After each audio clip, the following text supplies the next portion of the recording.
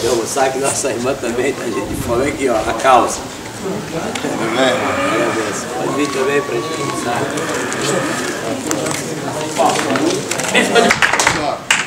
Eu tenho para dizer para vocês é o seguinte: a gente na vida tem vários caminhos que a gente escolhe. E às vezes a gente, por um descuido, a gente sai do trilho, mas graças ao trabalho que o pastor André faz aqui, e a oportunidade que Deus está dando a vocês estão aqui buscando o caminho do bem. Então é importante vocês terem isso no coração de vocês, essa responsabilidade, porque existe uma discriminação muito grande com quem já cometeu delitos, com quem já esteve do outro lado da vida. E é importante que vocês não se descuidem, porque às vezes um pode estragar o trabalho de todos, porque vocês são um grupo. E um prejudica o grupo, como também levanta o grupo.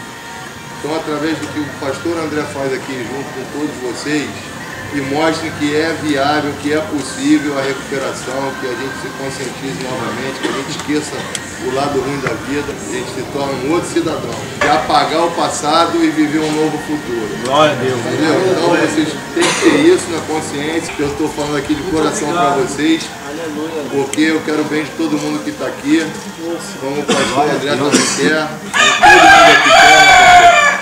Então acho que isso aí que é o mais importante. Porque eu acho que eu respeito o evangélico, eu respeito o católico, eu respeito tudo que é tipo de religião que leva a Deus. O importante é a gente levar aquele propósito a sério. Estou aberto abrindo mão de muita coisa que ele podia estar fazendo, como eu também nas minhas coisas, eu abro mão de muitas coisas para fazer o meu trabalho com criança. A tristeza de repente estar tendo um familiar passando pelo que vocês já passaram, porque a família sofre muito, e bota numa orientação esportiva para estar ali cuidando, obrigando a ir para a escola, talvez vocês não tiverem, e muitos foram para esse lado por conta disso, porque não tiveram uma orientação. Cada um faz o que a sua cabeça manda. Não é porque ele é bandido que eu vou estar do lado dele para agradar ele. Eu tenho meu propósito, eu tenho meu princípio. Agora vocês sempre têm que ter na cabeça de vocês, pisou da porta para dentro, aqui é um propósito. Então não pode nunca tentar jogar fora o nome desse propósito. Quando a pessoa entrar aqui, tem que entrar, que amanhã todo recuperado do pastor André vai ter a porta aberta em qualquer lugar do Rio de Janeiro.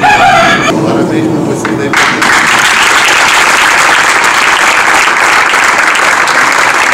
Glória a Deus!